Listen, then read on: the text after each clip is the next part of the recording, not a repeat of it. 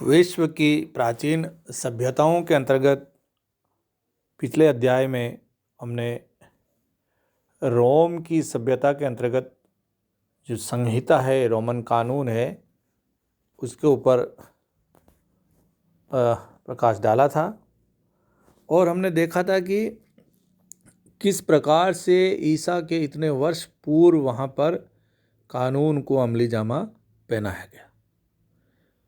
In Roman कानूनों का महत्व तब और बढ़ जाता है जब हम देखते हैं कि यूरोपीय सभ्यता के कानूनों के विकास में रोमन कानून का ही सबसे अधिक प्रभाव पड़ा।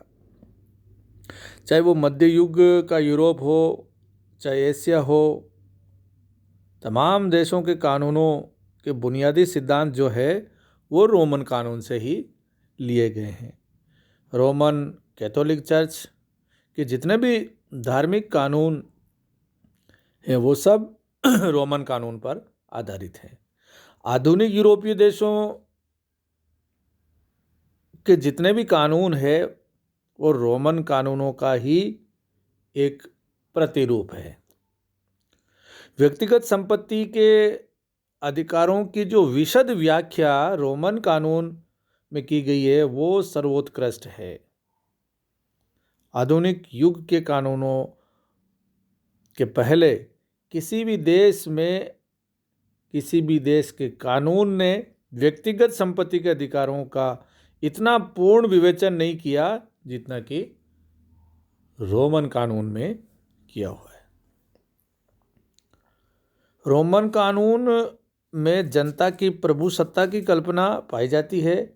इस कल्पना से जनतांत्रिक शासन के विकास में महत्वपूर्ण प्रेरणा मिली। तो कानून की दृष्टि से, संहिताबद्ध कानून की दृष्टि से रोमन सभ्यता अपने आप में एक बहुत बड़ा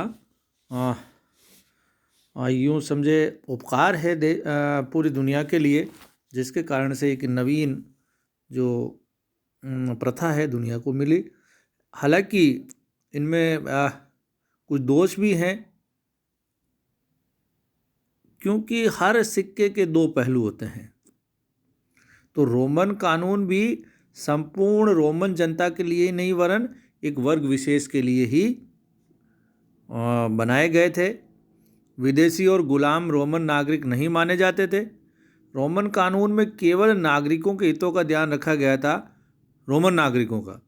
रोमन साम्राज्य के युग में प्रतिष्ठित वर्ग को खुले तौर पर कभी भी दंडित नहीं किया जाता था और उनको ना तो सूली पर चढ़ाया जाता, ना शारीरिक परिश्रम का दंड ही दिया जाता था। निम्न वर्ग के लोगों के लिए सारे दंड थे, उनको यातनाएं दी जाती थी और विशेष से गुलामों के लिए तो ये रोमन कानून बहुत ही खतरनाक थे, उनको सूली पर भी चढ़ा दिया जाता था।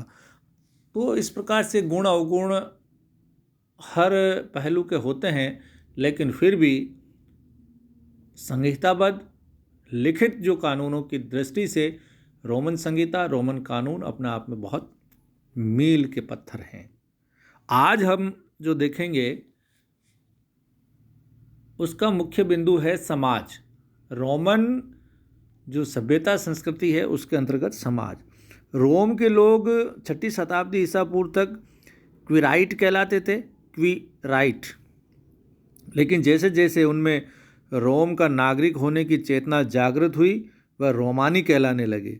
रोम के जो निवासी सेना में भर्ती तथा सार्वजनिक धार्मिक समारोह में भाग लेने योग्य होते थे वे रोम के नागरिक कहलाए। पॉपुलस रोमोनस। रोम के समाज की संरचना में परिवार बुनियादी इकाई था। परिवार उस समय एक सुबद्ध सामाजिक एवं आर्थिक संस्था था। एक ही पुरखे के वंशज जन यानी जेनेट्स अथवा कबीला कहलाते थे। सब मनुष्य समान नहीं होते थे। कुछ मनुष्यों का जन्म नेतृत्व करने के लिए और कुछ का अनुसरण करने के लिए होता है।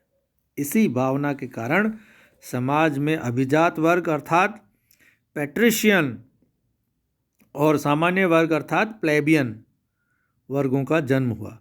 पैट्रिशियन और प्लेबियन वर्गों ने एक प्रकार की जाति व्यवस्था का रूप ले लिया और ये व्यवस्था ऐसी रूढ़ हो गई कि पैट्रिशियनों ने कानून बनाकर अपनी जाति के लोगों पर ये पाबंदी लगा दी कि वे प्लेबियनों के परिवारों में विवाह संबंध स्थापित न करें। यानी कि भारत की जो वर्ण व्यवस्था के जो अवगुण आए और उसके कारण समाज खोखला हो गया, उसी प्रकार से वहाँ प्लेबियन और पैट्रिशियन में भी विभेद हो गया। जो पैट्रिशियन जो अभिजात्य वर्ग था उसने धीरे धीरे अपने हिसाब से कानूनों को बनाया और प्लेबियन जो सामान्य वर्ग के लोग थे उनसे एक तरह से उन्होंने अपने आप को अलग कर लिया। रोमन समाज में समाज पितृसत्तात्मक समाज था। पितृसत्तात्मक मतलब जिसमें पिता शक्तिशाली हो, पिता की सत्ता होती है। वहाँ परिवार का स्वरूप संयुक्त परिवार का था तथा उसमें पिता की सत्ता सर्वोपरि होती थी। पिता को अधिकार था कि वे परिवार के भीतर किसी भी व्यक्ति अथवा दास को मौत के घाट उतार दे। घर का मुखिया अथवा पिता परिवार की संपत्ति का प्रबंध करता था तथा उसकी मृत्यु के बाद उसकी संपत्ति उसके बेटों में बंट जाती थी और वे अपनी संपत्ति का प्रबंध स्वतंत्र रीति से करते थे। स्त्रियों की दशा। रोम के प्रारंभिक गणतंत्र काल में स्त्रियों की स्थिति अनेक तत्वों पर निर्भर करती थी, जैसे कि वे किस वर्ग की है। समाज में स्त्रियों के लिए ये नियम सब पर समान रूप से लागू होता था कि प्रत्येक स्त्री का कोई न कोई पुरुष संरक्षक होना आवश्यक है, भले ही वे पिता हो, पति हो या निकट अथवा दूर का संबंधी हो। यानी उसको स्वतंत्र नहीं छोड़ा जाता था।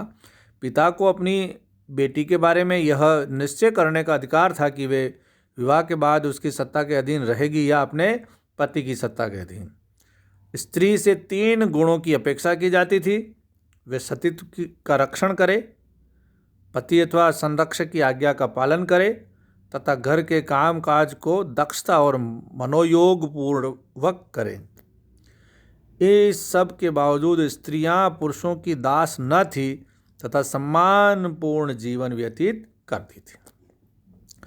यूनान के साथ संपर्क के कारण ईसा पूर्व 3री शताब्दी के आसपास रोम में उच्च वर्गीय स्त्रियों को अधिक स्वतंत्रता पूर्वक निर्णय के अवसर और शिक्षा प्राप्त होने लगी।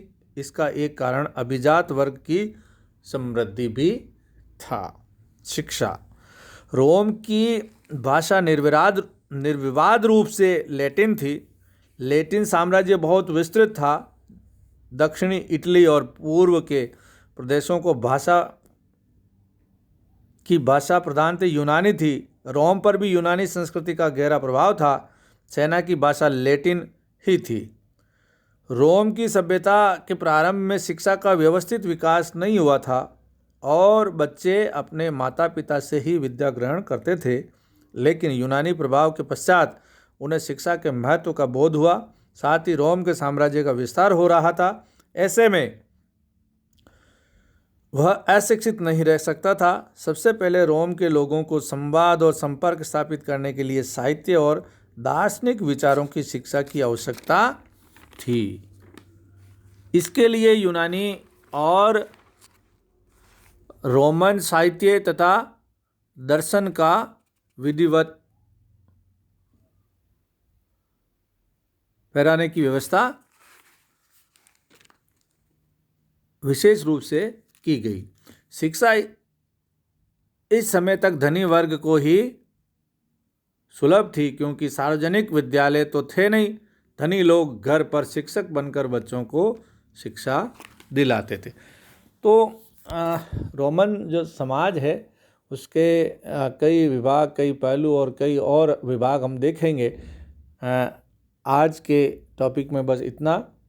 धन्यवाद। Professor Jalaluddin Kathat, SD government college,